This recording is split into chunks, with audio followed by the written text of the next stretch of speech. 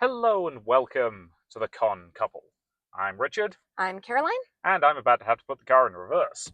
But we go to far too many cons every year Why didn't you turn on the podcast after we backed out?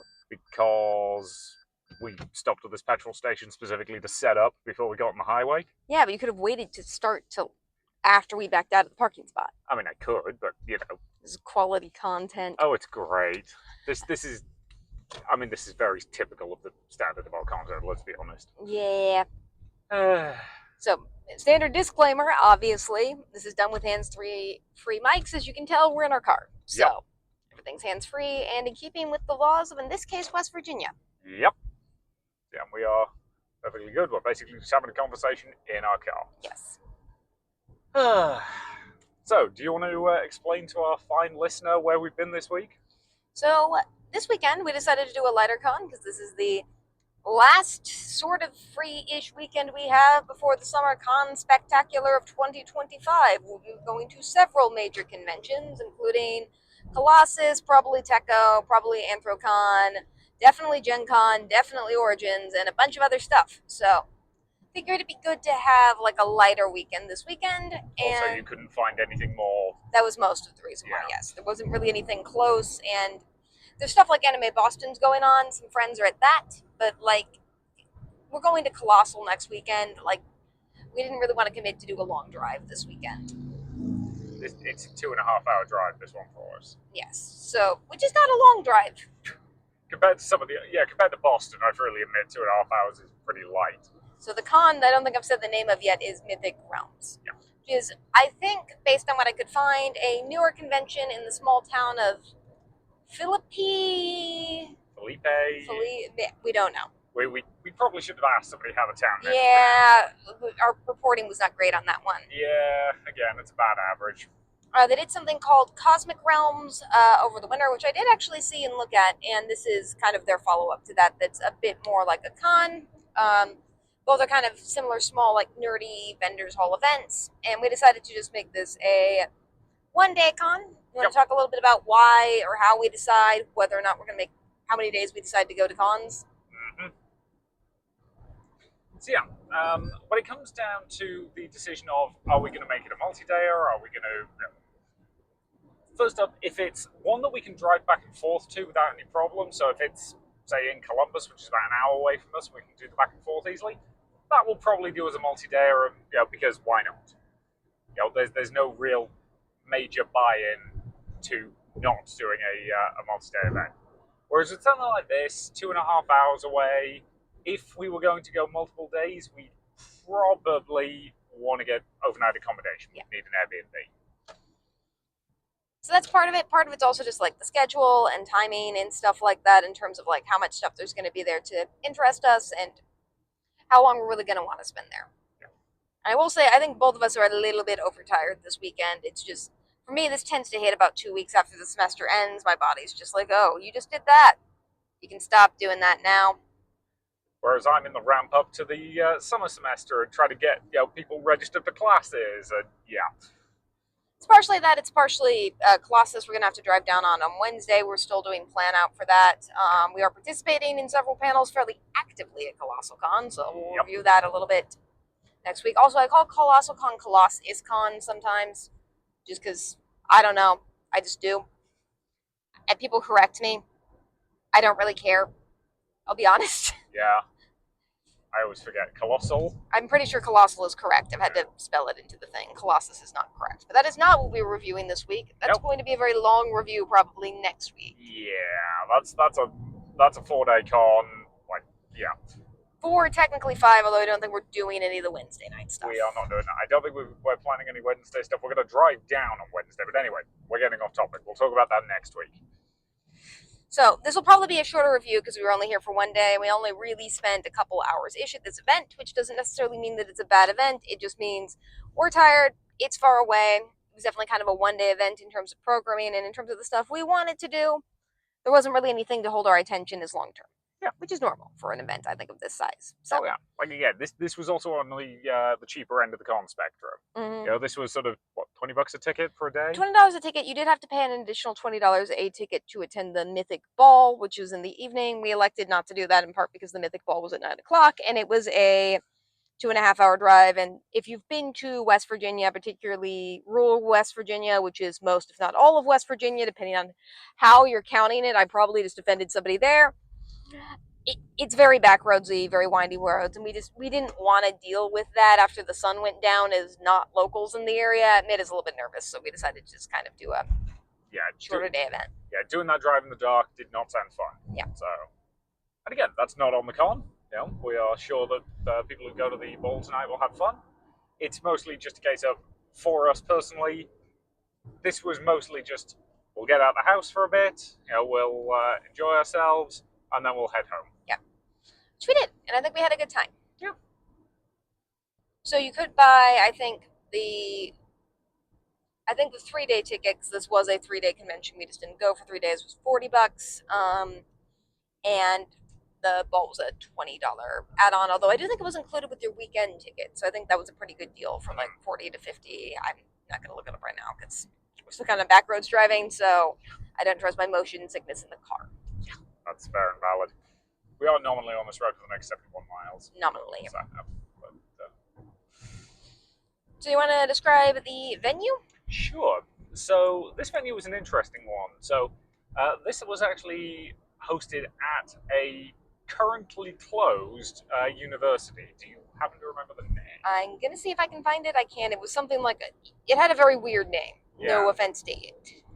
But I'll see if it's still on here. It's just my phone has decided anytime I'm in the car now, I might be a robot and I have to go find bicycles in order to access Google, which, you know, I'm not a robot. My phone should stop doing this. It was called, and I hope I'm pronouncing this correctly, Alderson Broaddus University, which is a 4-year nonprofit in West Virginia that closed. We found out because I looked this up at the con in August of 2023, which I will say is also, because it closed at the end of August 2023, I don't know like if students were planning to enroll that year or not, or if there was drama there. I will say sometimes you just can't pay your bills. So yeah. So I suspect they are utilizing it as sort of venue event space for a bit. Mm-hmm. Probably to recoup some costs from something. Yeah, it does still say temporarily closed, so I don't know if there are plans to reopen it. Yeah. And it is one of those things I was telling him a little bit before we got there, that when colleges close, which is an unfortunate reality of our current times, even though it really shouldn't be. Education is important, kids. It is. It's a bit unclear, particularly in rural areas, what you're going to like then do with the buildings and the space, because you could tear it down, but there's not really any point to tearing it down, but it also doesn't really serve any other function in the community. Yeah. So cons, I think, actually are a good use for that space. We thought about having one at our university as well, just for funds. Yeah. And over the summer, even at universities that aren't closed down, there's a lot of open space that I think could be very well utilized for cons, and probably a cheaper option for somebody who wants to start a con than a convention center or hotel. They tend to rent a little bit more because universities will rent them out for cheaper. Yeah, because again, they're not using the space otherwise. The downside of that is it's obviously not a place that's easy to get a hotel at if you're not local, so it could be harder for out-of-town guests. I have seen a couple universities use dorm rooms for cons, but those do tend to be lacking in a few amenities, so they're not as favored to stay, at least by certain populations. But they are cheaper. Which again, if we ever do get around to creating our own convention, which, yeah, we were commenting on this on the drive down, that like, everybody who goes to as many events as we do, sooner or later you start thinking what you would do if you ran your own con. And yep, we want to be clear, we are not starting a con anytime soon. We're not. We know how insane the lift on that is. Like, I know how much planning went into the hooding ceremony at our university for our grad students, and like 20 people attended that to walk, and each brought an average of like 4 or 5 guests, which meant we were planning an event for like 100-ish people. That only lasted an hour. That lasted an hour. It still took 8 of us to like make sure everything went smoothly, do all the planning and all of that jazz. So like, there's an awful lot of planning goes into making an event run smoothly. There is, and people who try it should be respected, particularly if they're new at trying events. And I do think this is a fairly newer event. Not that really anything went wrong, Yeah, for the but most part, pretty smooth. Part of the point of our podcast is we try to be largely positive and charitable to people who are trying to run these events because they're good and we should have them. Yeah. And a lot of people, I think, for the most part, do a really good job with a very stressful set of circumstances. Yeah, I would agree. So, as a smaller con, this doesn't have any celebrity guests or anything like that. It was mostly vendors all that had a fairly unique, although fairly standard set of stuff. Yep. So 3D printed stuff, crocheted stuff. Some guy was selling dog armor. Yeah, the dog armor was fairly unique, and a few artisanal stands where people made jewelry and stuff like that. Yeah. Although, again, the 3D printed stuff is just kind of everywhere now. Oh yeah, 3D printers aren't that expensive anymore. Mm-hmm. I keep contemplating getting one just for Warhammer stuff, but Warhammer was also represented at this con. It was, actually. And again, we'll talk about that when we sort of get onto specifically kind of what was there. But so, yeah, there was that. There was a music room that was downstairs. They had a quiet room to the side that we didn't really go in because we didn't really need it. It was a fairly small con, but it was nice that they had it. Yep. Board gaming section and one panel room that did 3 panels a day, yep. Which, for the size of the con, I think was about right. And the panel we did attend was fairly well attended. Yep, there was about 25, 30 people in there. Mm-hmm. I did a quick head count. And yeah, relatively simple, small con. I don't think, even if we hadn't been the 2.5-hour drive away, this would be one that would hold our interest for an entire weekend. Mm-hmm. But that's okay. And it's still growing. It's still a fairly small con. I would say there's probably maybe 100-ish people attended this event. Somewhere in that ballpark. Again, we are awful at guessing numbers. We are, but it was a very small event, so I do think it has room to grow, and as it grows, it could get more panelists in. I would agree. It's also worth noting, given its location, particularly the area of West Virginia it's in, when we say major city, I generally mean city that's big enough to at least have a sports team. That's nowhere in West Virginia. Most major conventions don't come to West Virginia. Pretty much all of their cons are small and local. Yeah. So I think it's good that they're having this and they're starting this for a local community and population, because if they wanted to go to a place like GalaxyCon or Fan Expo, which you could do, obviously, you would have to drive at least 4 hours. And you can, of course, still do that, but it's nice to have something that's smaller, local, and cheaper if that's just not within your budget, your time frame, or whatever else that year. Oh yeah, absolutely. And again, you do also get the more personal experience on this size. And you can definitely tell it's people's passion projects. You can definitely talk to people. West Virginians continue to be an incredibly social group of people, so we had fun with that. So we'll go through kind of the normal con stuff. Keep in mind this is a very small convention, so stuff's going to be pretty light in terms of our review, but we did have a good time. We did. Parking, nice and simple and straightforward. They had some decent signage up front that basically said parking that away, and accessibility parking, kind of right behind the sign. Which, again, always nice when they have accessibility parking in addition to regular parking. Mm-hmm. And they did, had some golf carts going back and forth to, I think, help with accessibility for those who couldn't walk the space. Because university campuses, even small ones, tend to be a bit more spread out than most places and have students walk between buildings, which is harder for people with disabilities. But they had some go-karts going back and forth to, I think, help people who had disabilities, which is very cool. Yeah, it was. Again, rather than having it... Universities tend to go for the multiple buildings spread out rather than the one big building convention center approach, at least in my experience. So this was kind of that. Most of the event was in one particular building. Yep, I think pretty much all except for the LARP, which we'll talk about a little bit later. Mm-hmm. And this was, I think, the old admissions office for the university. Yeah, it looked something like that. I suspect the hall they were using as a vendor's hall was probably a dining hall. Mm-hmm. But yeah, again, as spaces go, it was completely fine and functional. So kind of entrance hall section, vendor's hall behind it, panel room off to one side of that, and then a gaming space off the main entrance. So pretty simple, pretty straightforward, but perfectly functional. Yeah, you can move around the space. I was in a ball gown.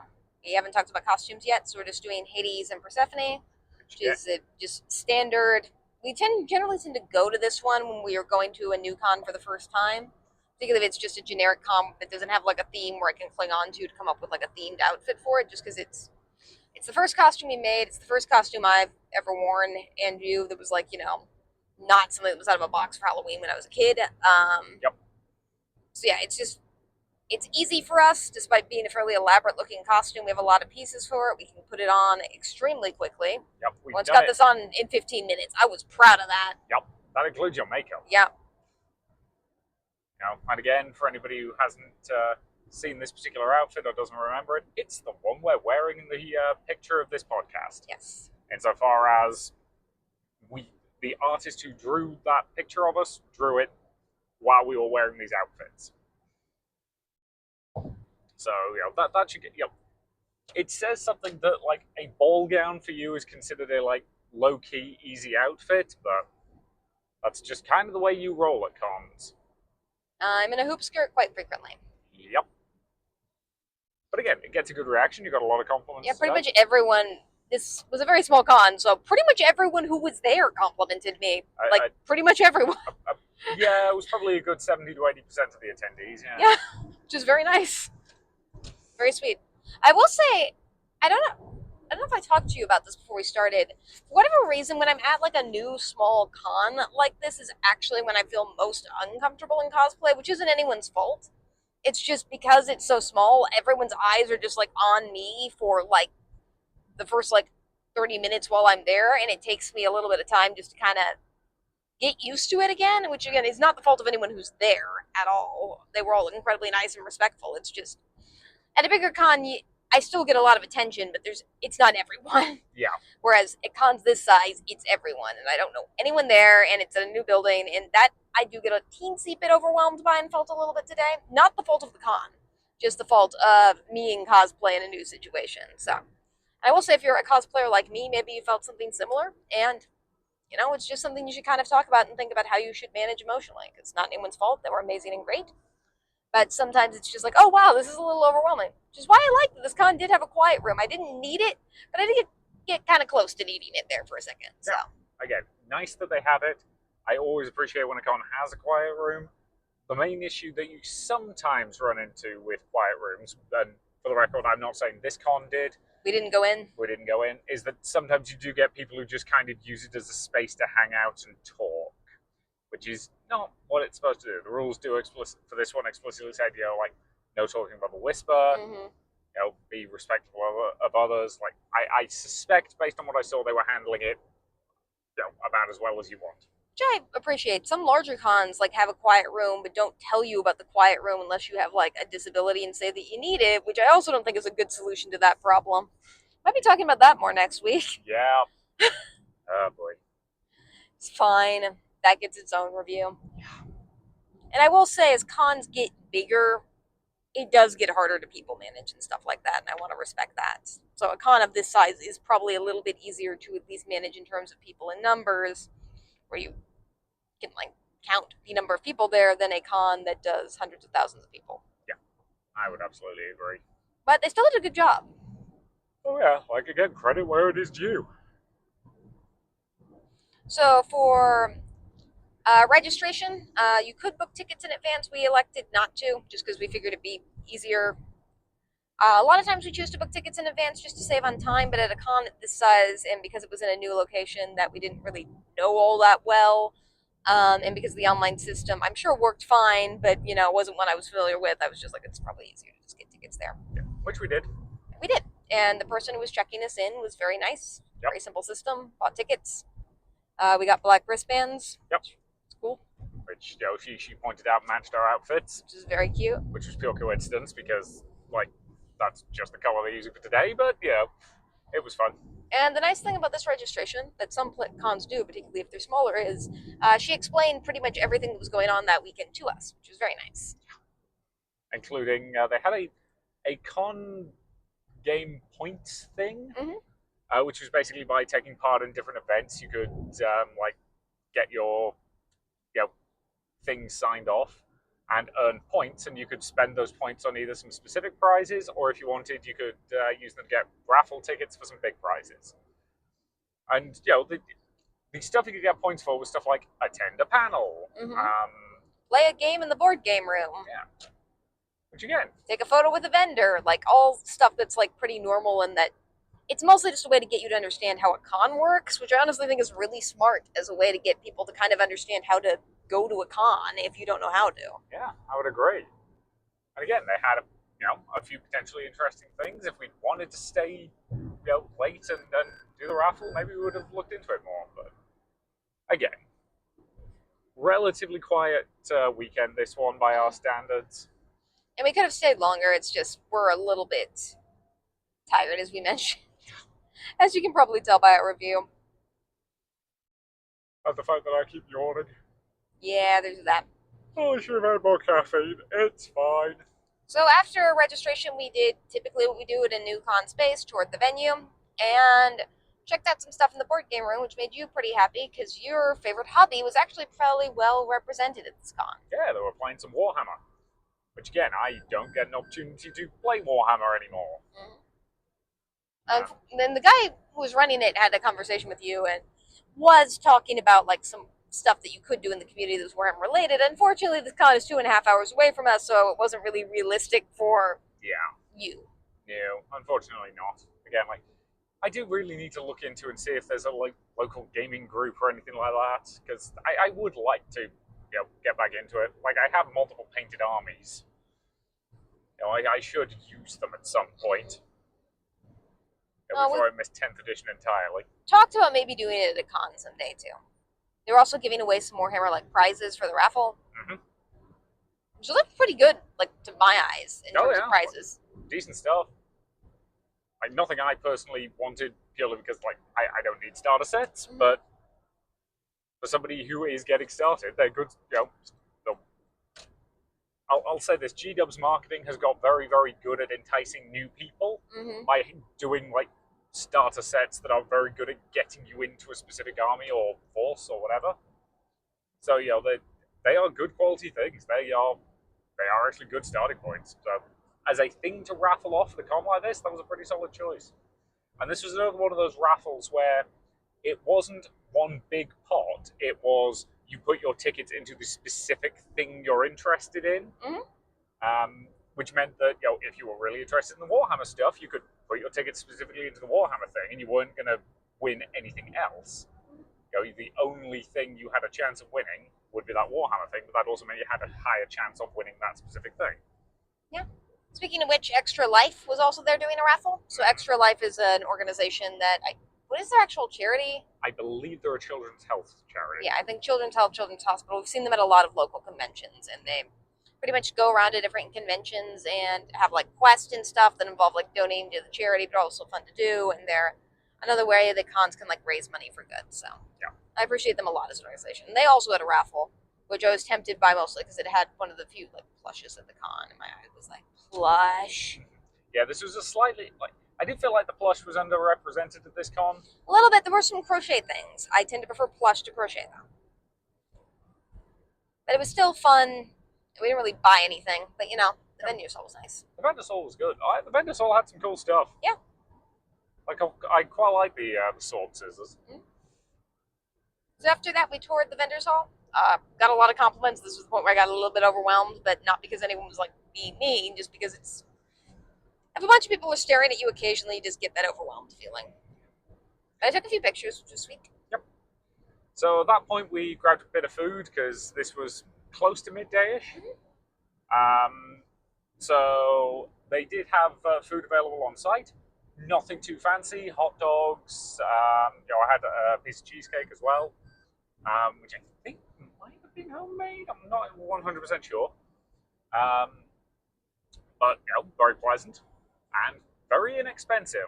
$2, a hot dog and $2 for a piece of cheesecake is pretty good value. That's possibly the cheapest con food I've ever had. And again, was it amazing or world-shattering? No, absolutely not. But it was perfectly decent. And it was in the vendor's hall. You didn't even have to go anywhere to get it. Yep. And because it was a small con, we just sat at a table next to where they were serving the food. It was just open. Yep. Had that. Job done. Didn't need to be anything more fancy than that. And again, will I want dinner tonight? Yeah, I will. But that's not a major problem. And again, if I could have had more if I wanted. Like again, there wasn't a ridiculously wide selection, but there was definitely more stuff on the menu. So I could have had more if I'd wanted, but I only really wanted light snack, light lunch, because I knew we weren't planning to get home super late from this one. So I would be able to either cook when we get home or get something on the way back. Like we've got options. Yeah, like Taco Bell. Taco Bell is an option. Side note, America, Taco Bell is probably your best fast food. We're not getting into this debate. Also, Taco Bell does not sponsor this podcast. If Taco Bell somehow wants to sponsor this podcast, by all means, go ahead. Yeah, sure. We're not proud. Yeah. But, yeah. So... After that, we went into the board gaming area, which was off the main hallway, just down there. And this was a smaller board gaming collection, I think, by a local gaming group. Mm-hmm. And we did talk to them a little bit earlier, and I thought this was interesting about how it was really important to them and other like game shops and stuff in the area to not have their main motivation be profit, which I honestly do believe. And this is something we've been talking about, I think, more and more as we go to conventions and do creative things at them is absolutely, if you're a creative artist or work in a medium, you should absolutely find ways to capitalize that if you want to. But I also there's something about creative space that I want to just be there for the sake of creativity and not for the sake of creating content for capital. Yeah, even though we're doing this right now. Yeah, but we also don't monetize this. Well, we will if Taco Bell sponsors us. Again, let's be honest. We started doing this podcast mostly because we went to so many events we were losing track, and we figured a journaling device like doing a podcast would be a good way for us to keep track of it.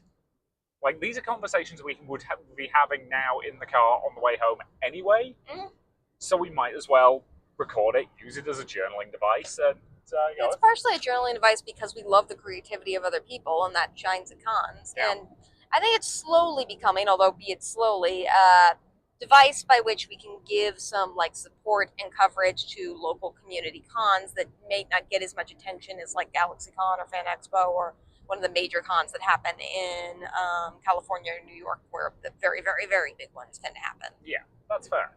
Because again, when people hear comic convention, they think of things like San Diego Comic Con. 100,000 attendees, everything's completely insane. They tend not to think of the small local convention that's being run. You and I were discussing this again on the drive down for reasons we might get into. We'll see. Don't go creating a con with the expectation you're going to make money, because you're probably not. You're probably going to lose money. Go into it because you want to create something. You want people to have that space to hang out, be friends, enjoy themselves. These are the reasons to start up a con. If you go into a con wanting to make money, you're probably not going to. Cons take years to become profitable, if at all. And even then it's difficult because you have to scale the con to the number of attendees. So unless it's very, very big, you're probably not making money. Yeah. The GalaxyCon brand, I still suspect is losing money and just kind of hoping they'll make it back eventually, as evidenced by the fact that they're really, really pushing me to buy a hotel room for anime, which I'm not doing because we're an hour away, and saying that they'll give me money to spend in the vendors hall if I do, because they need to sell out their hotel block to get a kickback on the convention space. Because typically with bigger cons, if you say you're going to fill hotel rooms, they'll knock that off your bill for conventions that are rental. Yeah. But that's not a problem you want to be dealing with when you start a con. Yeah. And this con, of course, didn't have that problem. And I do believe it and a lot of the people who work at it talked to us a little bit about how it was kind of a passion project. Yeah, I absolutely 100% believe that. And again, that can go in line with profit. You can make a profit, but start by having it be a passion project. And if you get lucky and work really hard, maybe someday it's enough that can become your full-time job. Yeah. Which, again, that's kind of the advice you get from anybody who works in a creative industry, writers, artists, musicians, etc. Basically, all of them will tell you, if you go in with the mindset of this will make me rich, you'll burn out really quickly, because getting to the point where it can actually support you takes years. It just does. Like, unless you get very, very lucky, you are not going to be making good money off of a creative endeavor for a long time. And as long as you're in your creative endeavor, whether that be a con, whether that be writing, whether that be podcasting, whatever, as long as you're doing it because you enjoy it, because it's fun for you, because you love it, then it doesn't matter that it's not making you money. Does that make sense? Yes, it does. We kind of got off topic. Yeah, we did. We might deviate back to that a little bit later. Yeah. Because this is a long drive, and there's only so much of this con we can talk about because we're only there for a couple hours. Yeah, so we played a game of Wingspan. We did.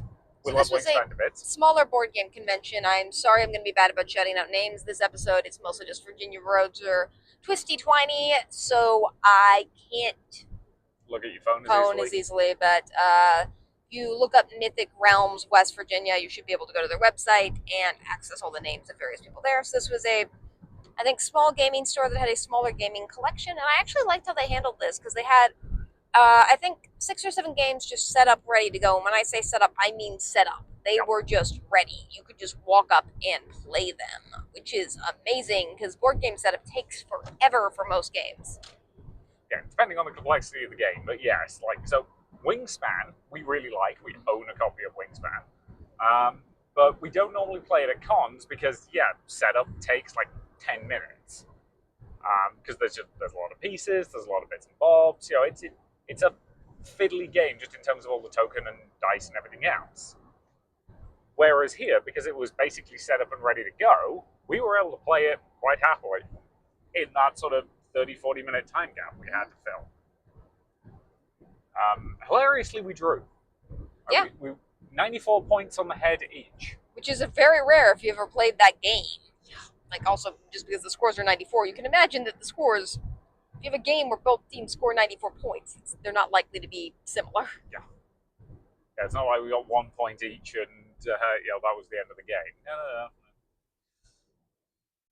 We should have played more tactically in the last couple of rounds and just spent them laying eggs. I mean, you probably should have won that one. Yeah, but he drew better cards than I did. I got a crow pretty early on, but you also got the raven pretty early on. That's because you let me have the raven and you had the kill deer. True. This conversation makes no sense to anyone who hasn't played Wingspan. But again, Wingspan is a fun board game that we enjoy, and it was really nice that this con had it and a bunch of other stuff just kind of set up and ready to play. Yeah. They also had people there who were prepared to teach you the games. Mm. We basically said, nope, we're good. We've played Wingspan a bunch. And they said, okay, let me know if you need anything. Yeah. And they, because we set up for the tutorial version, which gives you certain birds that I think are fairly easy to play. Because one criticism they do have of Wingspan is sometimes you can just start with a really bad hand, and it's kind of hard to recover from that sometimes. But he just, or I might say he, they, don't want to assume pronouns. They took the tutorial cards out and just let us play a normal game, which was super nice of them. And then I reset my board for a tutorial on the way out. And there's a couple other groups playing in there also, which were having some fun. One at like a game that they had set up and one of the games that they chose, because they also had 2 tables out of the way for like games you could also choose if you didn't want to play one of the pre-set up ones, which I also appreciated. It gave you a lot of options. It did. And I'm willing to bet if we'd broken out, because again, our con bag has a couple of board games in. Yeah. Just because again, it's useful sometimes at a con if you've got a bit of downtime to just have a game ready to go. We do that with just a couple of simple board games. I've seen, again, if you just have, a game you like on your phone, or you bring like a Nintendo Switch with you or something like that, like those are all good options to have. And if you are going to a con, I would recommend having something on you to kill a bit of time if you end up with an awkward amount of time to fill. Mm-hmm. So after we did that, we went to one of the panels. Yep. Which was on a local radio telescope. Yes, whose name I would look up, but I can't. Yeah. But no, it was an interesting panel. The guy presenting it was a recently retired engineer who worked on that telescope for quite a few years. Yeah. So he was talking about it in the broad strokes. How it worked, what it did, stuff like that, which was really cool to kind of learn about. And he pitched it, I think, at the right level, because when you're talking about stuff like that, it's very easy to go in the weeds. But I could tell he was the type of engineer who probably had to talk to people who weren't engineers a lot. It really showed Yeah. during the talk. Yeah, you could tell he was used to like pitching it to all levels. I get, given that he was completely comfortable talking to some of the kids in the audience, my guess is he probably did school tours occasionally. Yeah. Like he had that kind of vibe, and that is in no way a criticism. No, I mean, he was good at commanding a room. Yeah. And they had the sense to close the door for the panel, which I think was probably the right call, just because, again, the panel room was right next to the vendors hall, so there would have been a bit of bleed through audio-wise, but I think it worked pretty well. And it was a very well attended panel, especially for the size of con it was at. I would say probably half the people who were at the con currently went to the panel, which is, a very good turnout for a panel. It is. So, yeah, as I say, there was about 30-ish people in there based on my head count. Yeah, 30-ish people, which is a lot for a con of this size. Yep. And it's a fairly standard presentation, had PowerPoints on the board, thought worked pretty well. People asked questions at the end. Some of the questions were, are there aliens, which is just kind of a given. Yeah. He answered it as any scientist would. Which is, his response was basically, now if we'd found them, we'd have mentioned it to somebody. Yep. And there was a lot of different age representation at this con as well. I remember that from the panel. A lot of families with kids, some older adults, some younger people. So yeah, I thought it was fairly well represented. Very white, but it's might West be, Virginia. Yeah, that's just the demographics of the area more so than anything else. Yeah.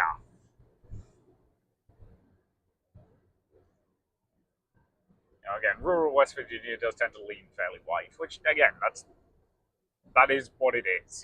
It's not a specific criticism of the area or anything like that. It's just a fact. I did notice that, and this can be a risk with smaller cons in rural areas, sometimes they're not as friendly to all kinds of people, but that tends to be, I've noticed that a lot more in Ohio than I have West Virginia. And that's not me calling out any specific con in Ohio, because I haven't been to any recently, so I don't want to, not a small, rural con. I haven't been to one of those in a while. Yeah. But I did notice this con seemed very LGBTQ friendly, at least for what you could expect for the area. Which again, is what you tend, generally speaking, to find at cons. Yeah. Because here's the thing: conventions for comics, anime, all of that kind of stuff. A lot of the people who want to attend those events tend to feel a little bit marginalized. They are the nerdy types. They are, the socially awkward types. And as a result, they tend to have great sympathy for people who are getting screwed over by, bigotry and racism and homophobia and all of that stuff. So they do tend to be quite inclusive. They do. A lot of cons do. There are definitely some, I will say, the video game cons still do have some problems with women in their spaces that I've experienced before in the past. It does still happen, unfortunately. But it's more minor or small remarks here and there that I can at least navigate. That said, neither of us are trans, so we don't have a trans body. And because we don't have a trans body, we can't really speak to the types of transphobia at cons that we might not experience because we're not trans. Yeah. Same goes for racism. Again, I am painfully white. Mm-hmm. Which does mean that, I can't speak to that experience because I've just not had it. Yeah. So when we do talk about these, if there's anything over, obviously we'll call it out, but it seemed like it was a fairly inclusive space. Yeah. A fairly respectful space. Yeah. So after that, we were feeling tired already because gearing up for the rest of summer, I think. Yep. So we did one quick tour of the venue at that point. There was a band playing downstairs. That seemed good. Yeah, this is when we realized that the downspace space was there. And this is honestly my one, real criticism of the way the event was set up. A sign just saying, music space downstairs would have been nice, just so we kind of knew it was down there. Because when we arrived, it wasn't obvious at all that there was anything going on down there. Mm-hmm. And again, once you start hearing music drifting up the stairs, you start to realize there's something going on down there. But again, just one extra piece of signage. It said something that was the worst criticism I could come up with for this event. Yeah, I would also put extremely minor criticism, where more stuff is on the schedule, because some of it's just listed on the schedule, but it's not really explained where you would go to do the thing. Like the scavenger hunt is just at registration, but it'd be useful to have on the schedule that it's at registration because I was a little bit nervous about like how to access it before we got here because I do read the schedules ahead of time. Yeah. And granted, them basically saying, well, there's only one panel room, so you don't really need to. Like, if it's a panel, it's going to be in the panel room. Yeah, that was fairly intuitive. Yeah. We were also a bit confused because we did wander around. Oh, downstairs also had a little photo shoot area, which was very cute. It was, but again, not well signposted. So part of the reason we were wandering around at that time period also was the LARP thing was also not signposted. And I was just interested to see what that was. So LARP, as I assume most of you freaks probably know, is live action role play because you're listening to a con podcast. Come on. Yeah, that's fair. Live action role play is like D&D, except what it sounds like. Live, in person, RP, improv. I will say, particularly at cons, it tends to mean everything all over the map in terms of what experience you're getting.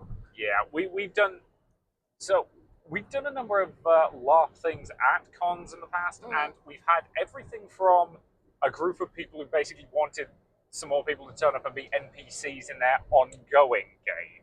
Which was incredibly complex and had a rule system that was not explained to us. Yeah, the rule system was Vampire the Masquerade, in case you're curious, and if you've ever played that game, you'll know how complex that rule system is. It is. It's a hard one to kind of leap into, although it is getting more and more popular. The Vampire Masquerade group in Columbus is expanding pretty consistently. I think they have over like 150 players now playing consistently in that LARP, which is awesome. That's, again, good for them.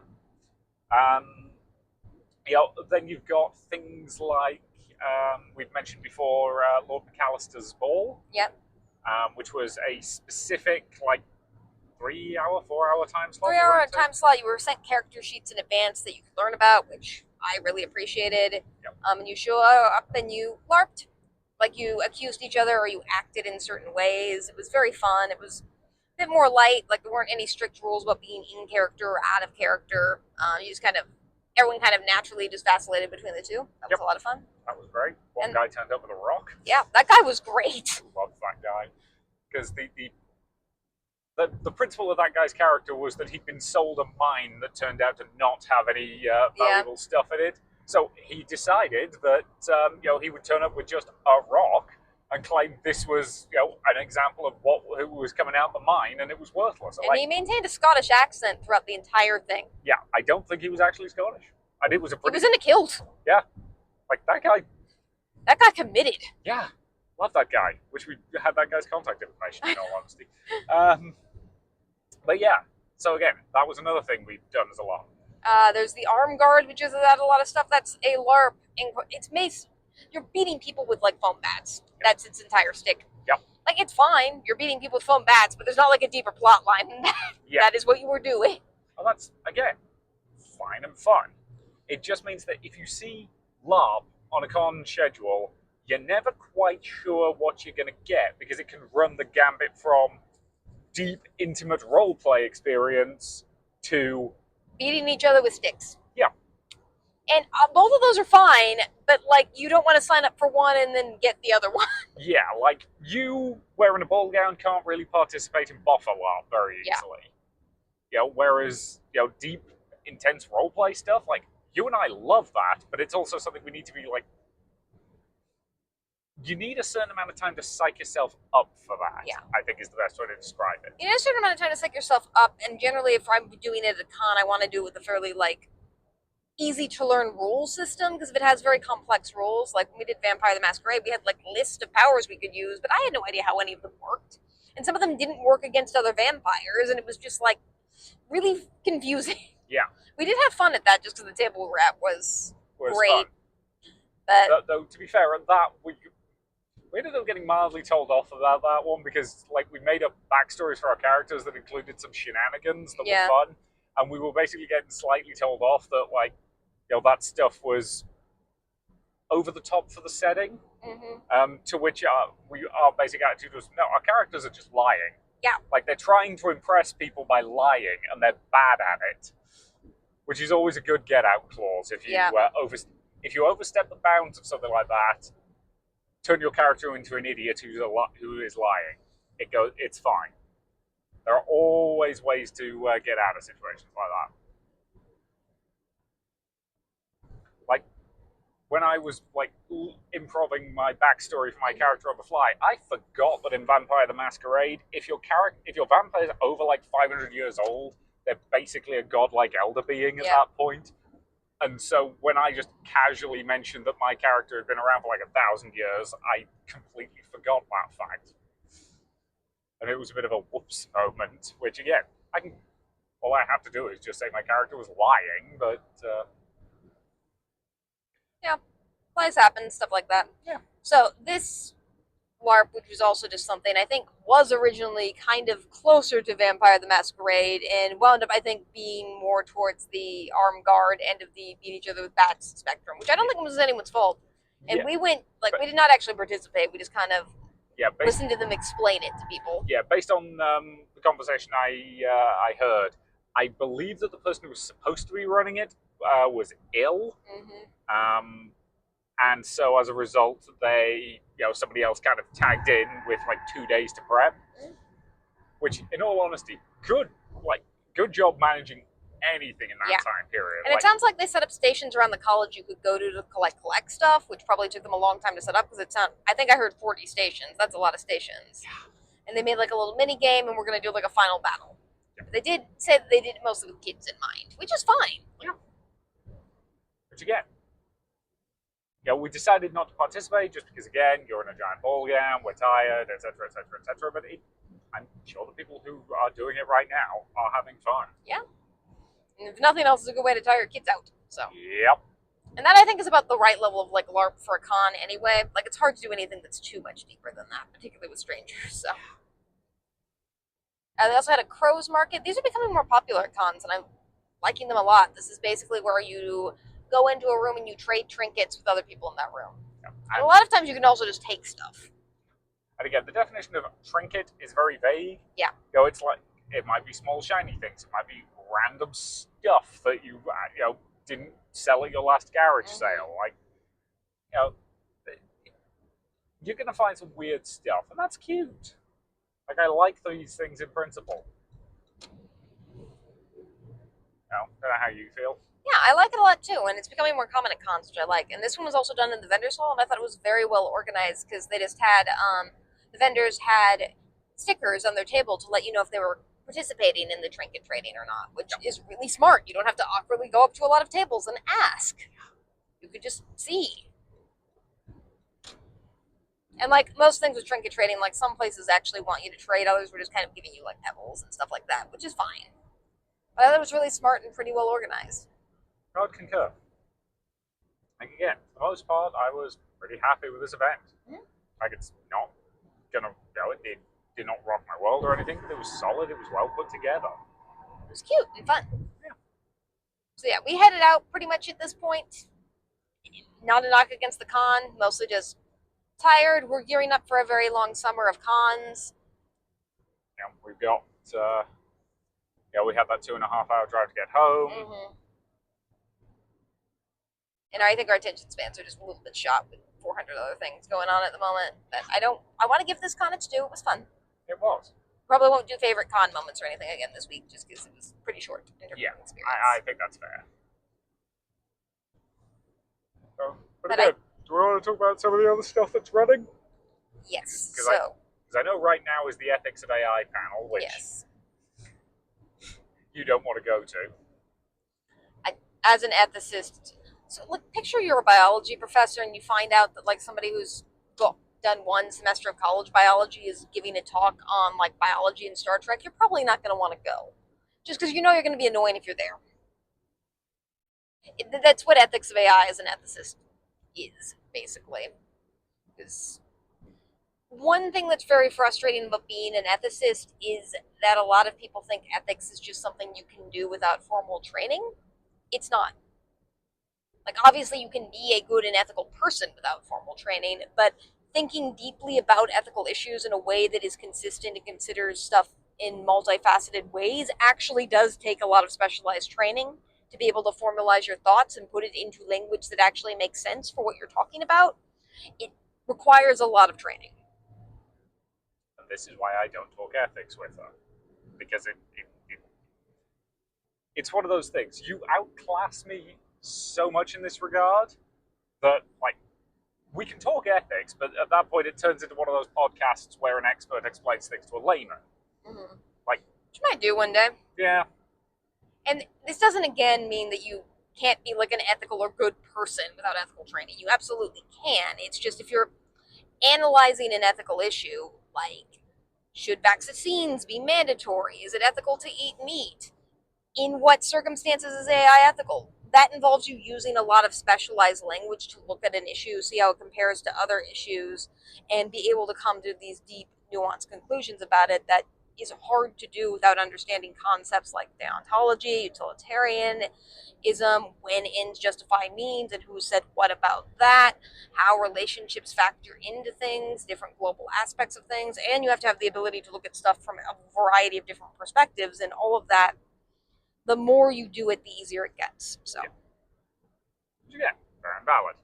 and I don't want to say maybe they did get like somebody who was a PhD in ethics to do the ethics and AI panel. I wasn't there. I don't know, but they probably didn't, and I don't really want to go to a talk where they didn't do that. So, there was at least one more panel today. What was it? I'll see if I can look it up. I think we're mostly past the twisty 20 now. For the most part. I want you to talk about the ball while I do that. Sure. So yeah, the other thing that's going on tonight that we mentioned is they are doing a fantasy ball. As with most conventions that do this, the principle is pretty simple.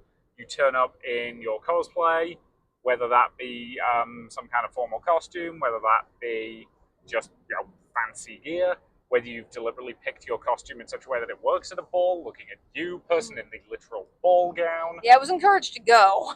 Yep. And again, we probably would have if it wasn't for the fact that, again, 2.5-hour drive home, etc., etc., etc. So they play music, you dance, you schmooze, you do all of that jazz. I can't remember, were they providing food at this one? I'm trying to look it up right now. My phone is in a dead zone because we're in an area of West Virginia that is very twisty terrainy. I'll see if it cooperates in a second. That is fact. But so we had those options, and if we wanted to attend, we would have. And again, not a knock on the con itself. I'm sure that the event is fun. It's just time span wise, we didn't need to go. If that makes sense. Thank you for pulling those out. Mm-hmm. So we did get our little scavenger hunt, which does actually list what the panels were. So I got those from the con bag because I could get those without looking. So yeah, yesterday there was charity and gaming event. That's cool. Mm-hmm. Fashion and world building, which I would have liked. Yep. Cryptid encounters in West Virginia. This is something we see a lot of cons. There's a lot of con people who are into cryptids. Well, people who are just into cryptids because they think they look cool, and people who are legitimately into like finding cryptids out there in the world. Not our thing, but glad people who are out there have it. Yep. Yeah, we're not really traipsing through the woods looking for cryptids types. Yep. And then Ethics of AI was today. Green Bank Calling is what we're going to. I think Green Bank is the name of the telescope. Yep. And Welcome to Eberron is at 5. Cool. I don't know what Eberron is. Neither do I. I think I looked it up last night and then was just more confused. Again, it's probably some fantasy setting at a guess, because that sounds like the name of either a fantasy world or a fantasy realm or a fantasy game. Mm.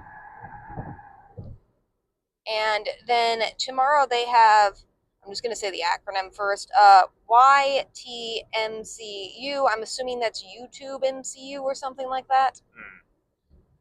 Origins of Vampires and Beyond D&D. I will say I do wish they had panel descriptions, because it's a little bit confusing what any of these are. That would help, I agree. And again, 9 panels over the course of 3 days is not a particularly large number, even for a con this size. But again, the one panel we went to was competently run. The other guy did a great job. So, assuming that standard was representative, which, statistically speaking, you should not do. Mm-hmm. The statistician in me is just like, why? Why would you say that? But I hated stats, so, I will say the Masquerade Bowl also offers basically some of the vendors there were selling clothing, and it does say on the description that if you don't have like a costume or something like that, that you can just get one there and return it at the end of the event. It's very cool. I've seen some cons do that before, and I actually think it's pretty cool. Yeah. Because not everyone is like me and has like 16 formal dresses in their closet ready to go at any given moment. Yeah. So it's great that they have that. What do you mean 16? It's definitely more than that. Depends on what you count as formal. Yeah. Even my everyday stuff, I feel like passes at a formal ball these days. Yeah, most of it, yeah. So they also had a kid zone, which we saw outside, which is basically a crafting table for kids. That was pretty cool. Which again, cute, fun, nice of them to have. This was definitely a con that was family focused, I would say. And again, we also saw some good cosplay. We did. There was a lot of great cosplay. And there were some bands downstairs. The ones that are playing were Wish Awake, Tony Pickles, and Wild Man Band of Thieves. Cool.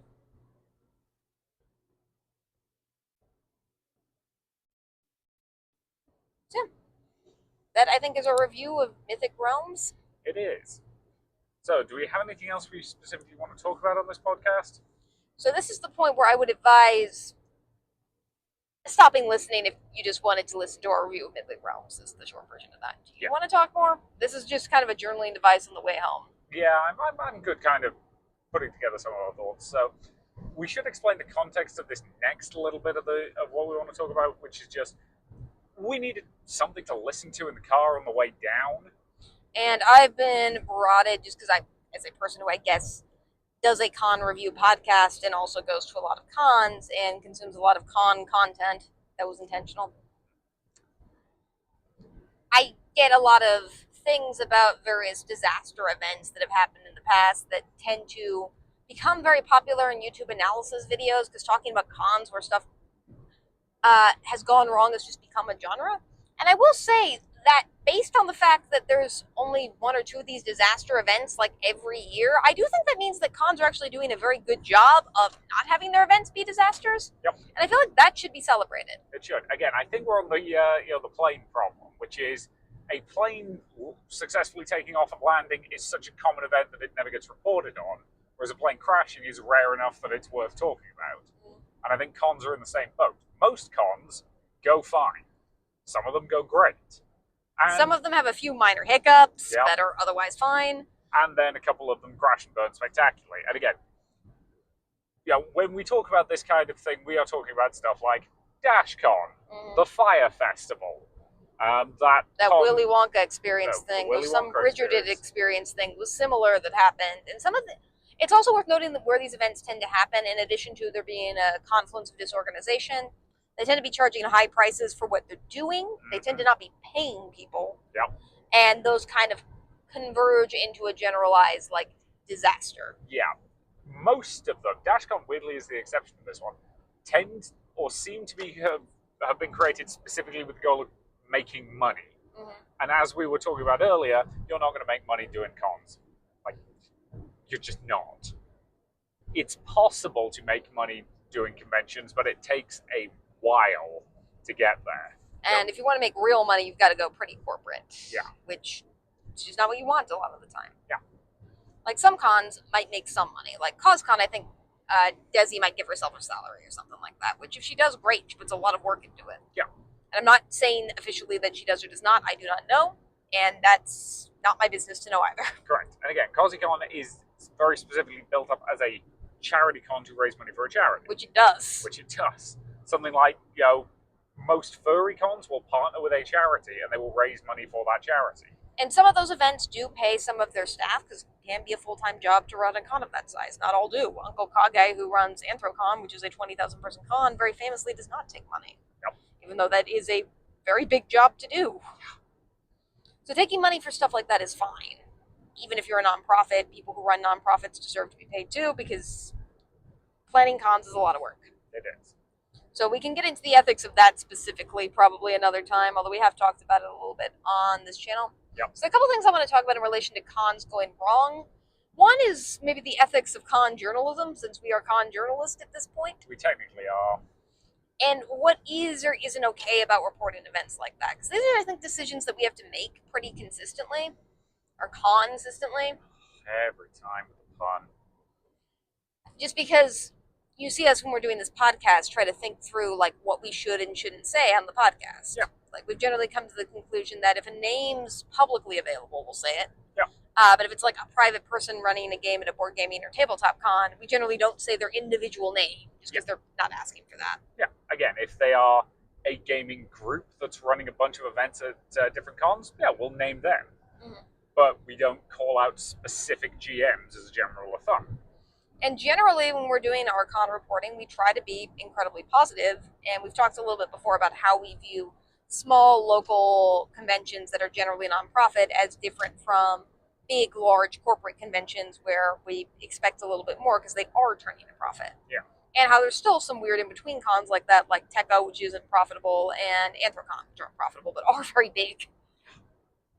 Like, those are non-profit cons that are trying to frequently raise money for charity, which is a good thing for them to do. All right? Yep. Yep. It's a good thing for them to do, and we're very glad they exist and do that. But at the same time, like, it becomes a question of where do you start holding them to a higher standard once they get to a certain size.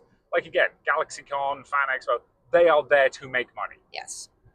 Like, and they are, and some of them will nickel and dime you. Like, you go to a small con and there's a celebrity voice actor there, there's a decent chance that the amount they're charging you for an autograph is going to be like $10. You go to somewhere like Fan Expo and they're charging $100 a signature. And for some of them, that's generous. We've seen some that are as high as $250. Yeah. And it's just, we don't tend to like to do that stuff to begin with, so it's not really any big deal to us. But it is something for which, if you're managing that level of people, I expect good organization, and I also expect, and we had this problem I think at Fan Expo this year, of I want to be respected as a guest in your space because I am giving you money, so I expect you as a person who is a for-profit institution who I'm giving money to value me as a client. Yes. Because I am your client, effectively, at least for the weekend. And there have been times at those bigger cons where I've not felt at all respected as just even a person sometimes. Yeah. You feel like you're the product there to be sold to the vendors. And the celebrities. Yeah. So that's one leg of it. The other thing is, obviously, if an event goes as wrong as some of these events we've mentioned, which typically means that someone's not paid, how do you report on that? So the event we're talking about that just happened that has like 400 YouTube videos on it because it was a bad event one, it was a bad event. Two, it was a bad event that no one actually attended outside of a very niche group of people, and none of those people have big followings. So a bunch of YouTubers just kind of amalgamated all of their like TikTok videos into like a longer discussion video, which I suppose I appreciate the curation on. Yep. But it's to get views. Let's not lie. Yeah, obviously. The channels that we saw were like at least good about linking the actual like creators who were at this event. Yeah, and basically saying, okay, these people got screwed out of like $1,000 a head. You might want to go and buy their stuff and support them. Yes, and they did like name the people who did the videos and link the videos and gave them credit for the videos. Yeah, so they did all the stuff you're supposed to do. Mm-hmm. Now what you get? Good job. And it is something for which is like con journalists who are mostly on the attending side of things, we're not going to be privy to who gets paid most of the time unless they tell us.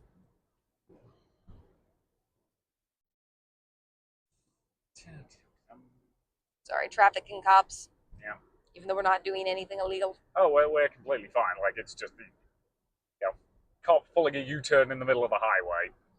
So what most of these events have in common is typically over-promising and under-delivering. Yep. And we didn't actually say the name of the event, by the way. Yeah, I thought I did. It was like a Million Lives book festival. Yeah. Book festival. None of the videos we watched explained why it was called a Million Lives Book Festival. It's kind of a weird name. I haven't looked into it. Yeah. And as it goes without saying, we were not at this event. No, this was in Baltimore. And I will say, Baltimore is close enough to us. It's about a 6-ish hour drive that I do look to them occasionally for their events. Mm-hmm. I did not even notice that this one was existing beforehand. So part of the problem might have just been it was well advertised or not advertised enough. It was also run by somebody who was 23, which again, 23 is a great age to get into the con scene as a volunteer. I don't think it's a good age to be trying to run your own con. What happened with this event, like a lot of events, and what happens with a lot of young people when they try to run events is people tend to overpromise and underdeliver on those promises. Yeah. And when that happens, problems occur. Again, happened at DashCon, happened at the Fire Festival. You know, again, it's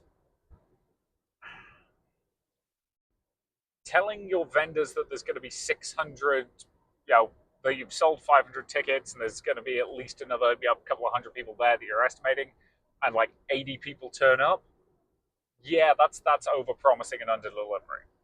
And I think this was a mistake we see with a lot of first-year cons is not knowing how to advertise or where to advertise to get that many people to show up.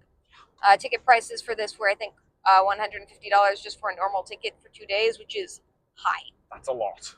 That's not lot. What that would make us bulk a bit, and we go to cons every weekend. Yeah. Because that would price me out of wanting to do that, particularly because it was in Baltimore. Like, I couldn't travel for that. Yeah, I mean, put it this way. That's more than we're paying per ticket for Origins, which is a 5-day con. Yeah, Gen Con tickets aren't even that expensive. I mean, they are probably once you count in, like, the various things. We'll talk about when and if we review Gen Con. Yep. It's going to be an interesting review. Yeah, it's going to be an interesting con. But that's overpriced, and then most people, particularly if they're first time doing cons and aren't, like, familiar with the con scene at all, don't know where to advertise, as evidenced by the fact that I didn't even hear about this event until after it happened and went horribly. Yeah. And because you don't know how to advertise, that means that people don't go. Which means you can't afford to pay for stuff. Yeah.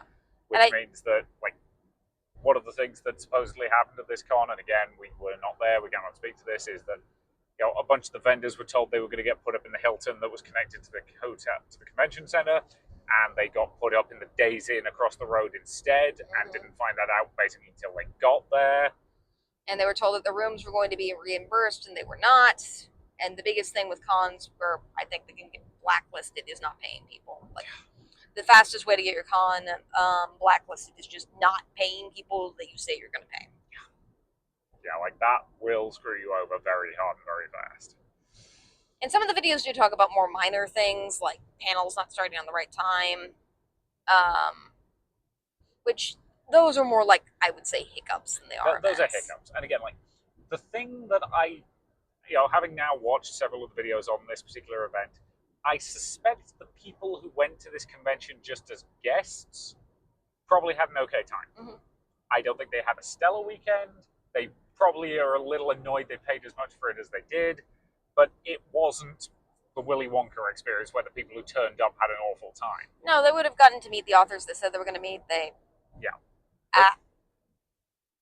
had, like, panels that I don't think were very well attended because there were only, like, head counts vary, 80 to, like, maybe 100-ish guests. Yeah. But if you wanted to just meet an author, which is your primary reason for going, you probably got to have that experience. Yeah. Whereas the people who got screwed over at this one were the vendors. They were the people who traveled there specifically to sell their stuff. And those people are kind of important for a lot of cons. Like, again, you are paying a fee to have a vendor's table with the expectation that you will sell enough stuff to make that money back. Speaking of which, can we put a list of the vendors in the panel description or in the episode description? Yeah, if you can find it for me. Yeah, I should be able to. It's in some of the videos we watch, so we'll link it also. So if you want to support these book vendors, you also can. Yep, I'm perfectly happy to do that. It's easy enough. But yeah, it's one of those things that just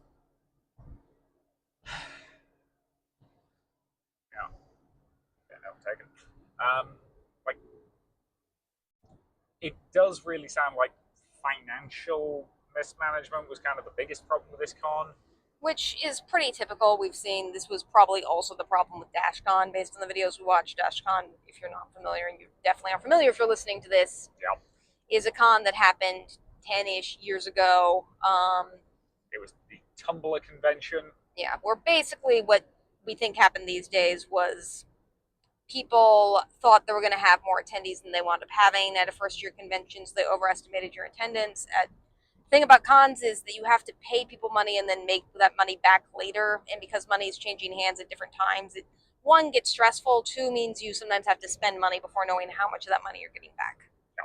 And I think what this person did is they got a bunch of book talk influencers to go to this convention and thought they were going to be a really big draw, and they weren't as big a draw for people actually attending an event at this price point as that person initially thought. So they sold less tickets than they thought they were going to, and that, I think, likely, and this is, again, I want to emphasize complete speculation, led to them not being able to like pay for the hotel rooms for people or any of the typical bells and whistles you would see at cons, like swag bags or badges, or DJ. Like, as you mentioned, or as you said to me earlier, like, when you're looking into where you want to host your convention, if it's the city name convention center, it's probably going to be the most expensive option in town. It's going to be one of the nicest and the largest and the fanciest, but it's probably also the most expensive. Like, if we wanted to host a convention, we would, much as we adore the Greater Columbus Convention Center, we aren't starting there. No, not unless we got a very significant deal for some reason. Or some insane amount of grant money. And I don't know if this person rented out all of the Baltimore Convention Center. I'm assuming they probably did not, because I assume the Baltimore Convention Center is quite big, and most convention centers will let you just rent out a portion of them. But even that would probably be extremely expensive. Based on the numbers of people reporting and various other things, we were guesstimating they probably brought in something like 30 grand, and there's a very good chance that did not cover the venue fee at all, let alone all of the other stuff. But it is worth noting that these are still very rare in terms of the con world. Yeah. Again, part of the reason that these stories blow up is because they are unusual. But it does make me worry a little bit as a con goer, because first-year cons are very, very important. If you don't want the con scene to be taken over by corporate cons, which I definitely don't, and you have to keep in mind that older, like, more indie cons will eventually die out, not because of any like problems, just because the people who are running them might no longer be able to a lot of the time. It happened to the Steampunk Con we went to in Cincinnati a couple of years ago. The person who ran it, I think they got ill. Yeah, they got ill. Bourbon City started, I think, the next year, maybe as partially as a response to that, just because I think the only person who like could have realistically taken it over was in that area, so it made sense to move it to there. Yeah. I'm hoping we can get one back in Cincinnati also, but it's just a reality of the con business is small cons sometimes do end, not because of low attendance or anything, just because the person who's running it is tired of running it, and there's not really anyone who can competently like take it over right away. Yeah. That happens.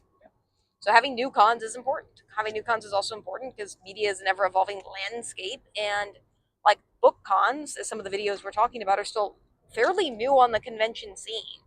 Like as events, there've obviously been like book conventions since however long have existed, but the idea of like having balls at them or making them more interactive and immersive is still fairly new. Yeah. And it's a good thing. Like, I'm happy we have these events. It's just, you have to be a little bit patient with new cons when they occur, because they're going to make some like small mistakes. Like room times changing, that happened at this con. That's a pretty, I would consider, minor mistake. Does annoy me quite a bit because I'm somebody who likes to follow a schedule, but I also understand that with a new con, that might be something they're still learning how to juggle. Similarly, underestimating your attendees, that does happen. That happens too. So here's the thing. For a first-year con, you are either going to overestimate the number of people who'll turn up, or you're going to underestimate it. Yep. You're not going to predict about 500 people and have 500 people turn up. That's just not going to happen. And either of those is going to lead you to problems. Yeah. That's just a reality. So you kind of just need to be prepared. Yeah. For either of those things to happen. Like, have money set aside, make sure that you're not overspending, like assume that your assumed attendance is going to be lower than it is, and then if more people happen to attend, have plans of just places you can put those people. Neither of which is easy, I do want to emphasize. Yeah, even if it's something as simple as, for a first-year convention, having a ticket cap might seem like a very arrogant thing to do. Do it. Just figure out how many people you can actually fit in your space.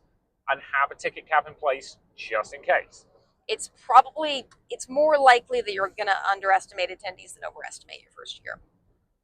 Yeah, no, you're going to overestimate the number that you expect. Yeah, that's what I meant. Yeah. So you're more likely you're going to have fewer people than you want your first year. Yeah. Unless you've somehow got very, very lucky in your marketing. Lucky in your marketing, you just happen to know like 1,000 people with nothing better to do that weekend, all of whom are willing to pay you. In which case, you should be running a convention already, honestly. Yeah, But yeah, like, it's one of those things that, the classic line is no plan survives contact with the enemy. And in this case, the actual event is kind of the enemy of planning an event, if that makes any kind of sense. Like, something's going to go wrong, there's going to be some snafu, somebody's going to be ill, whatever. You need to have plans in place to deal with that, and you need to have support ready to assist in that. Like, stupid example based on our own limited event planning, the biggest event we've actually planned together is our wedding. Yep, that's probably the biggest event most couples will plan together.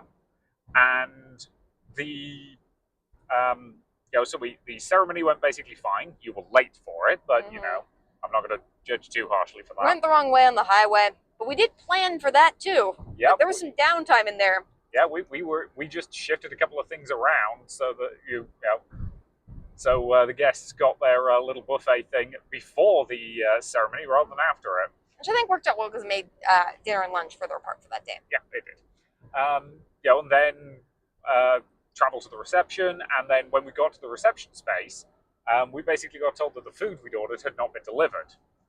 And it was so nice that the guy running the venue basically told us he'd deal with it. Yep. And he did. He did.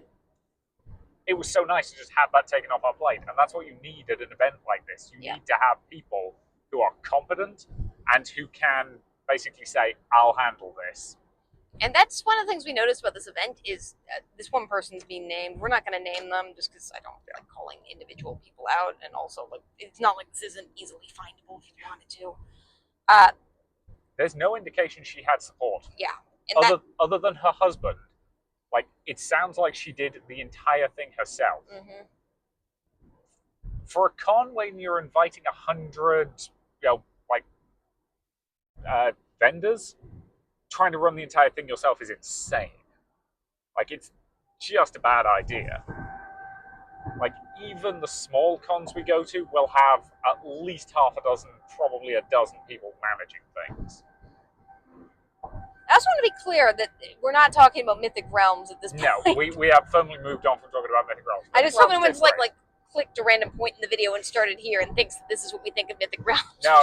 This is a different thing. This is a completely different thing. But, yeah. But I also do worry a little bit about the culture that's surrounding this. Like, bad events have just become like fire on social media in terms of people. And they love to have an image. In this case, it was like the dance being empty and like not full to like show people. And the DashCon ball pit is infamous for this. Even though the DashCon ball pit is like, that is forced perspective. It's not actually in an empty room. There is like stuff around it that has shot it from like one angle. This is why I'm also suspicious of like con photos where they show a con being empty, because if you walk through any convention, even like a 10,000 or 100,000 person convention, like you can find a hallway that's empty on occasion. Like if you're like there at 2 a.m., you're probably going to find an empty hallway. So I always get a little bit confused or suspicious of photos because I do find that a lot of those photos tend to be doctored. This is not me defending DashCon. This is just me pointing out that like the ball pit actually does have stuff around it. Yeah.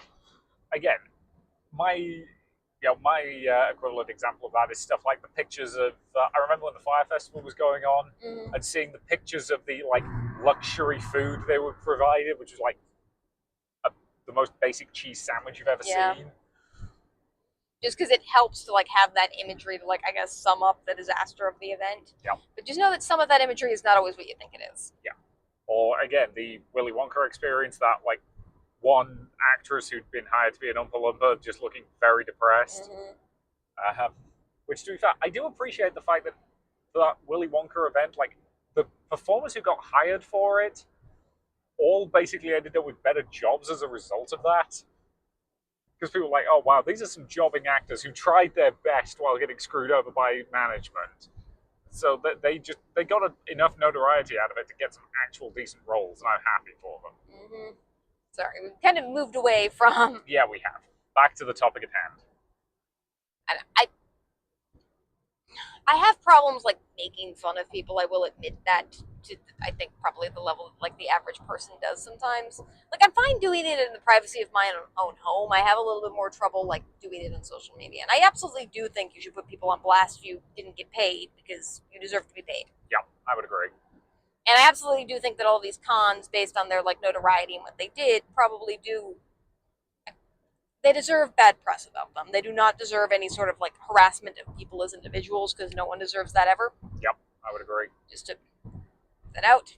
And thankfully, our podcast is small enough, and I know most of the people who listen to it, and I know you guys are all awesome and wouldn't do that. So, Side note: if you want more people to listen to this podcast, feel free to share it around. are we doing that now? Apparently, we are. I don't know. That was a horrible plug. It was terrible. Also, if you're going to do that, you should do it at the beginning of the podcast. But because these have become like spectacle events, basically, for people to make fun of now, it is something where I do one. To some extent, I do worry about like the level of notoriety that these events get, just because once enough people know about stuff, it's inevitable that people who run these events are going to be harassed, and which is not okay. That's not okay. And that's just kind of the problem with using the internet as like a soundpost is you do need media awareness on this because you do need to let people know that you didn't get paid, so you can hopefully get paid, and also so that you can make back, in this case, like the money that your book marketing failed to sell because most of you spent a lot of money going to this. That's very valid. But at the same time, then a bunch of other people who are more famous than you pick it up, and then it becomes something where it's this snowballing effect on this person or group of people. Yeah. And that makes me a little bit nervous sometimes. Yeah, I get that, and I do kind of agree with you on that point. Again, there is a reason why we do not speak negatively about individuals for the most part. Like, we will call out things that went wrong. We won't specifically blame individuals for it, or more precisely, we will not blame individuals by name. And we do go to a lot of cons a year, and it does say something that none of those events are bad. Like, we've definitely called out some events that have done some stuff that we felt pretty not great decisions. Yeah. And we've definitely seen some cons where we've experienced a lot of frustration of not great decisions. But we've never really been to a con, knock on wood, or knock on the car, I guess, in this case. Use my brain. Okay. That's the most wooden thing in this car. That was like, a train wreck of a disaster. And I don't know how we'll report on it if we ever do. Again, we will be honest. We will. But I think we'll try and be honest without being mean about it. Yeah. And again, like, we have been to bad events before. We have. Like, we're not going to name specifics on this podcast, but we have been to events where, like, one event we went to, like, we ended up going bowling afterwards just to decompress. It was very bad. Because that sucked. They gave us our money back, though, so I suppose credit to them for that. Yep. And you do a lot wrong for us to ask for our money back. But the thing is, most bad events also tend to be bad in kind of a less explosive way. Like, most bad events I find just kind of tend to be kind of lame and then they kind of peter out. But as long as they pay their... Yeah, like, here's the thing. If everybody had got paid properly at this event, like, I think the booksellers would probably have been a bit annoyed they didn't get anywhere near the numbers they were promised and didn't make as much money as they wanted to. Yeah. I don't think this con will be getting put on blast the way it is right now. It would just be, this was a bit of a lame duck. Well, it's interesting because DashCon and this con both, like, their infamy comes from being, like, not being able to pay people. Yeah. DashCon's main thing was it just didn't pay people and they had to gather people in a room to get them to be paid. Yeah. And also some groups then quitting and leaving last minute, which I still feel like they haven't gotten...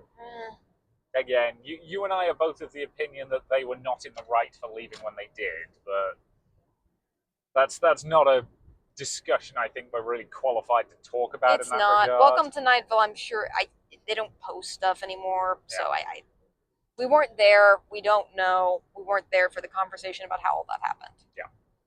But the point is, those are financial problems, whereas Wonka Experience and Fire Festival mostly just kind of underdelivered on what they promised their guests. Like, in the case of Fire Festival, they underdelivered to the point where it was probably actively dangerous. Yeah. Wonka Experience was just kind of laughable, which again, photos tell 1,000 words, so I think that was most of it. But again, it says something that like those events are still, memorable and talked about. Whereas, it's reminding me of the comments of like, you run a YouTube channel, you post a video, it gets 1,000 comments. 999 of them are good. The one you remember is the guy, criticizing you, because the human brain does that. Yeah. It filters out the good stuff. Like again, the dress you're currently wearing has been complimented by hundreds of people at this point. You and I still remember the one person who criticized it. Yeah. Specifically, they were criticizing our use of safety pins. But, it's hard as a human being not to focus on the negatives. And it's not something that I think is healthy in the long run. Well, that's what I get, that like negative stuff sells on YouTube and stuff like that. It does. I wish there was more positive con review stuff, which I guess is sort of kind of what we're trying to do. But like, obviously, we're not as big as like major YouTubers who get millions of views. Yeah. Side note: if you're watching this on YouTube, yay! I actually uploaded it to there. Yay! I haven't done it yet. Insofar as I haven't. We decided that because people have asked for it, we might as well put it up on YouTube as well. We don't have the time or the energy to like edit photo compilations from cons. Also, we don't take enough photos at cons to do that.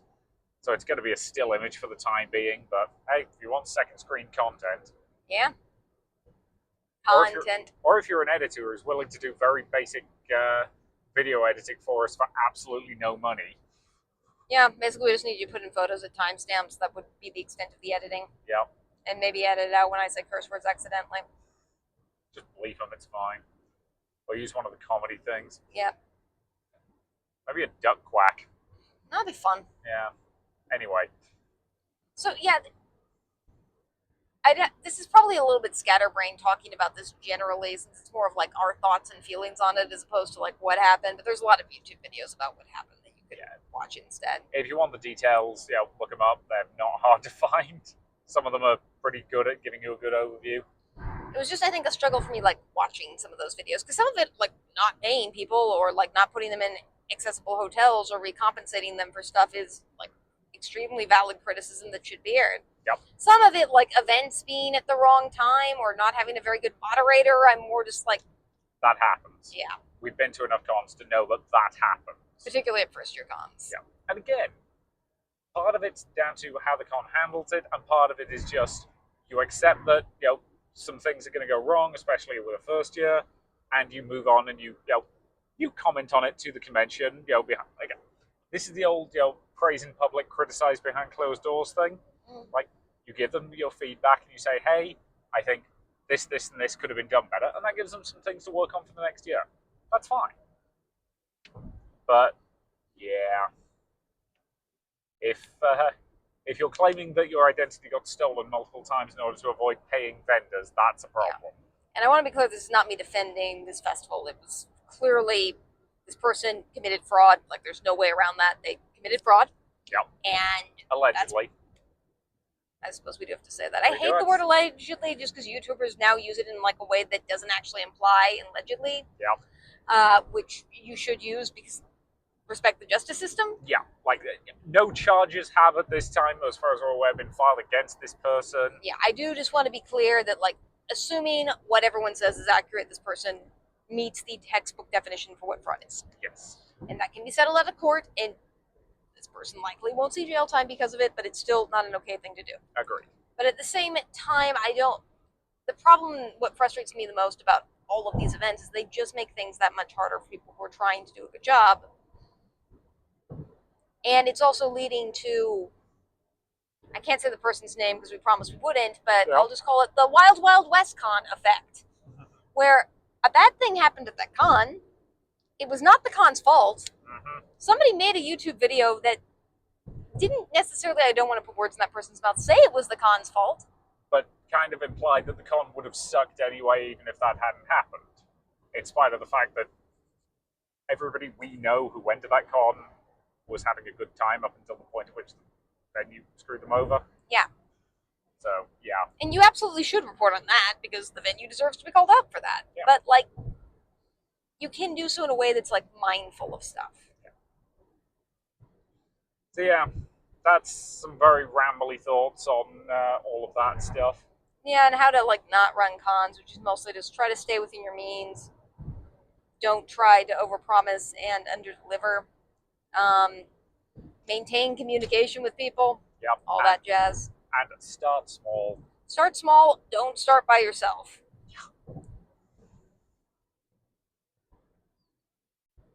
Yeah.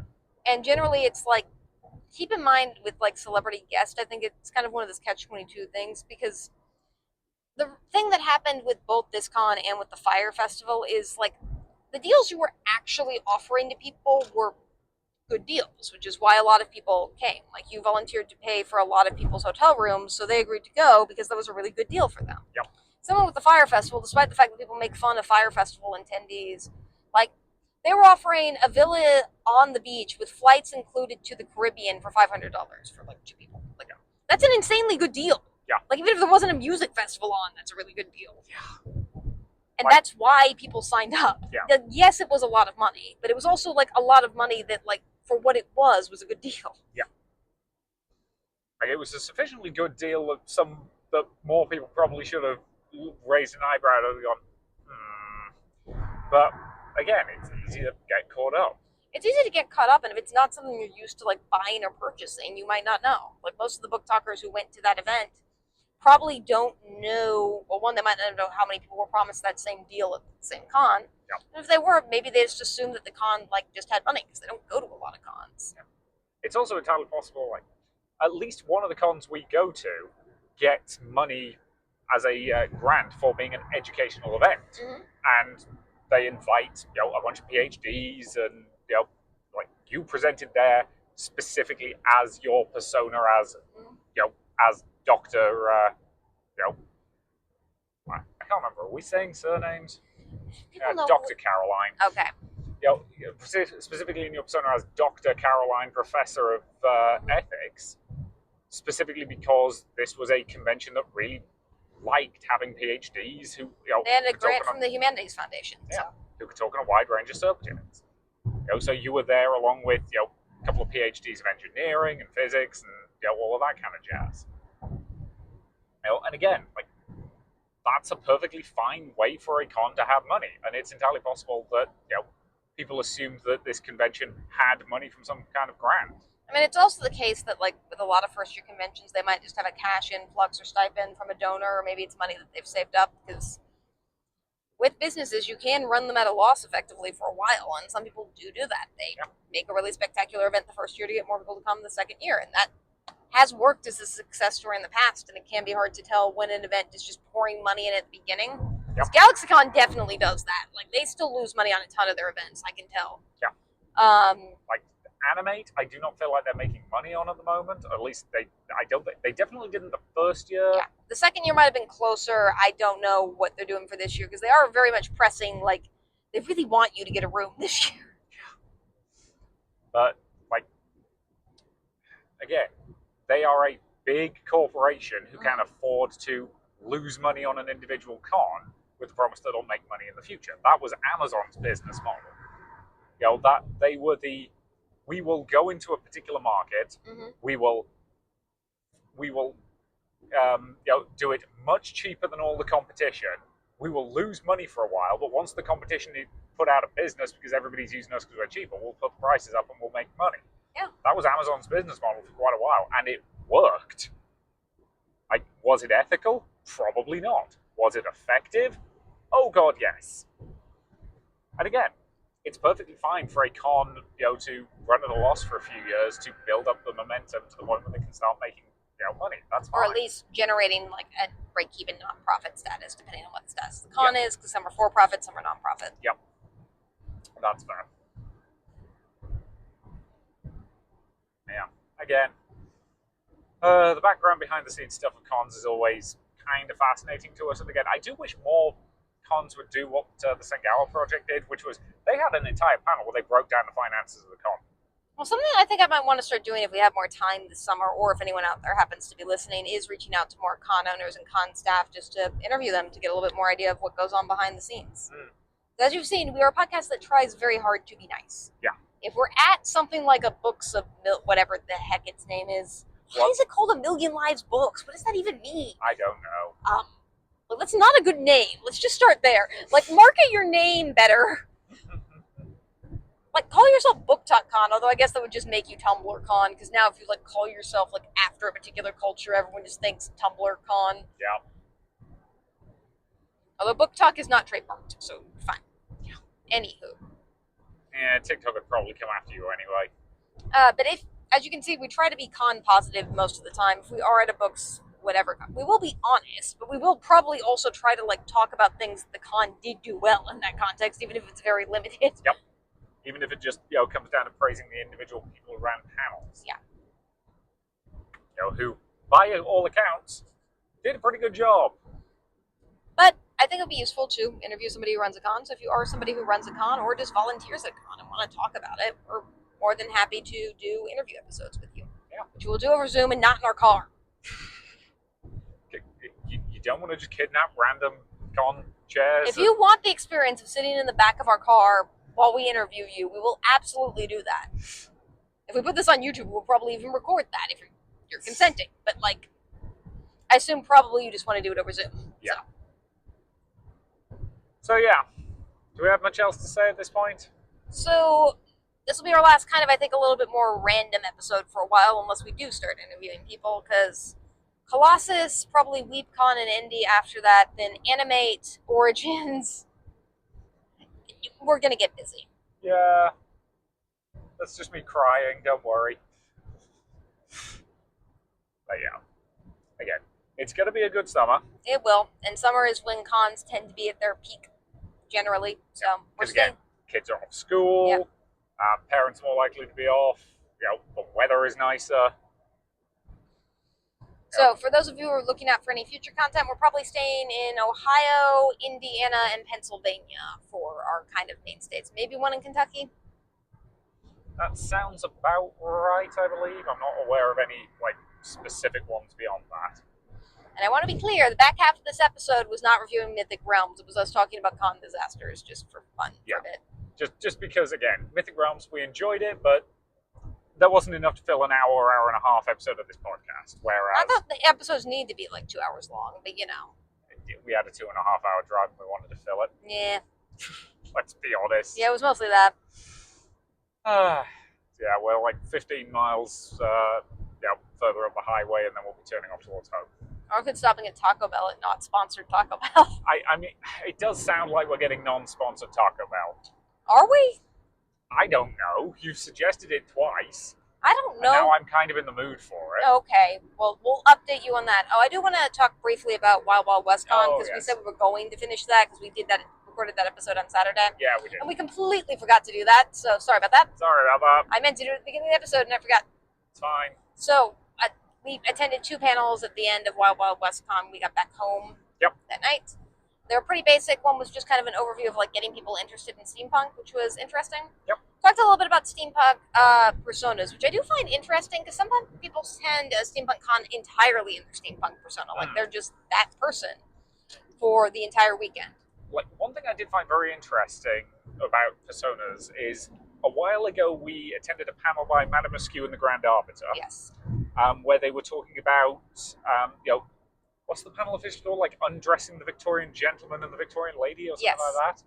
Which again is them talking about their costumes and taking off layers and kind of showing you how each part is made. It's a fascinating panel. It is, and they do get undressed, but PG undressed. They're still wearing stuff at the end. Yeah. But, part of the comment is that putting on all of that stuff really helps you get into the character. Yeah. And again, I suspect that is true for a lot of steampunk people who do go full persona. It's the same way that if you talk to furries, a lot of them, once they've got their those heads on, they're in their persona and they are going to like they're going to be that character all weekend. Barring the times when they take their head off because they just need to cool off and avoid dying. Which that's an important point of being a furry. Remember to cool off, for the love of God. Yeah, I do love the play elements of cosplay generally, and for me, it's like the academic part of myself is still me, and I'm still dressed up for that because I'm also me. It's just like when I'm in costume, it just feels like a different part of me, or a different part of me I get to play with and experience. And I am more comfortable in cons in a ball gown. I just am most of the time. Like, I feel more comfortable in space. Which I do find kind of fascinating. Which again, as we said, ball gowns are your fursuit. Ball gowns are your armor. Like, they are the thing that make you feel comfortable. And when it comes to going to a convention, feeling comfortable is very important. Well, before I started going to conventions, it's interesting because I assumed that if you were in cosplay, you had to just role play the character the entire time. Very few people do that. Yeah. I still try to at least part of the time. But even at steampunk cons, we don't really have consistent characters we play at cons. We don't. And again, to a certain extent, there are some things we can do. Like, if you and I want to, play Hades and Persephone, we can do that. We know how those, how our iterations of Hades and Persephone act, and we can riff off each other quite comfortably.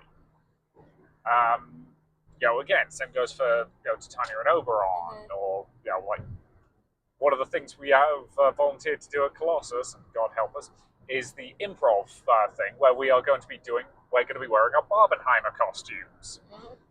So we will be improving in character as Barbie and Oppenheimer. Yep. We know how those characters act insofar as playing them as characters. Whereas we don't have that consistent persona that we play constantly at a steampunk con. That's not to say we couldn't create one if we wanted to. I couldn't. I just haven't really felt the urge to just be another identity for the weekend there yet. Yeah. It's similar to how I feel at furry cons, where some furries have a fursona. And I do have several costumes that are animals. Being in a fursuit just doesn't appeal to me. No judgment if it appeals to you. Again, if it's your thing, great. It's just you would rather be wearing a ball gown. And the thing about furries is they're very respectful of that decision. But it's not like I just want to wear one ball gown and be one animal all weekend. Generally anything I wear at a furry con is going to be an ode to some sort of animal or another. Yeah, like your butterfly dress or... Yeah. But I don't want to just wear one and have that just be my persona. I want to wear a bunch and just go around in different art pieces because that's what makes me happy. Yeah. Which again, that's a community that's very respectful of that. And to be fair, so is the steampunk community. Steampunk Xena, her official persona is a steampunk take on the character of Xena. I've only seen her wear that outfit once, maybe twice. She's just got a bunch of weird and interesting costumes, and that's great. Yeah. Madame Askew designed her persona specifically so she could wear a bunch of different elaborate costumes. Same goes for the Grand Arbiter. It's all about personal choice and expression and how you want to handle it. I think that's a really good thing. But the panelist was pointing out, to circle back, that it does get a little bit overwhelming if it's your first time at a steampunk con. Well, he said it did. I really didn't feel that overwhelmed pretty much ever at a steampunk con. No, but we go to a lot of cons, and it took us a while to go to our first steampunk con. It's true.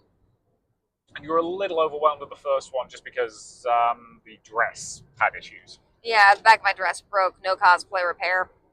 Which, not on them. There were a bunch of people who could sew, and I do imagine if I'd been a bit more well known in the steam, these days, if that happened at a steampunk con, there's 3 or 4 people who would just pull me aside and fix it for me there. Yeah. But back then I didn't know anyone in the steampunk community, so. Yeah. Even though, again, if I mentioned it to the right person, I'm sure they still would have done that. But... Probably. But again, that's just the joy of being new in the community. I remember seeing Asgard at that convention and being absolutely blown away by the costume. And now I know that that is just the costume that Asgard wears to every steampunk con, because again, that is her persona. I believe Asgard uses she, her. But it's still an incredible costume. But yeah, And the last thing I believe we went to for that was closing ceremonies. Closing ceremonies. They basically just announced the venue for next year. Thankfully, the con, despite what happened to it, still I think has money and is going to continue going on. Yep. They did talk, I think, a bit about why, because they used to have their con at like an outside theme park type Wild West area, which is a very cool place to have a con. I'm not gonna lie. What?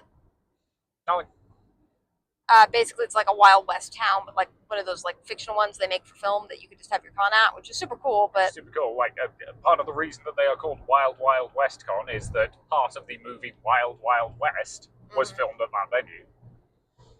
which is very cool. But they closed during the pandemic, and I think they've reopened, and they're just kind of out of their price range to rent, which fair. Annoying, but fair.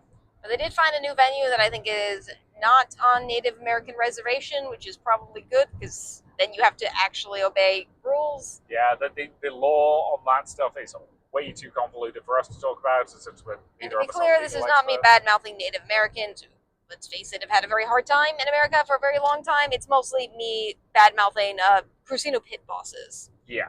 Who, let's be honest, were the ones who probably made that decision. Yeah, most likely.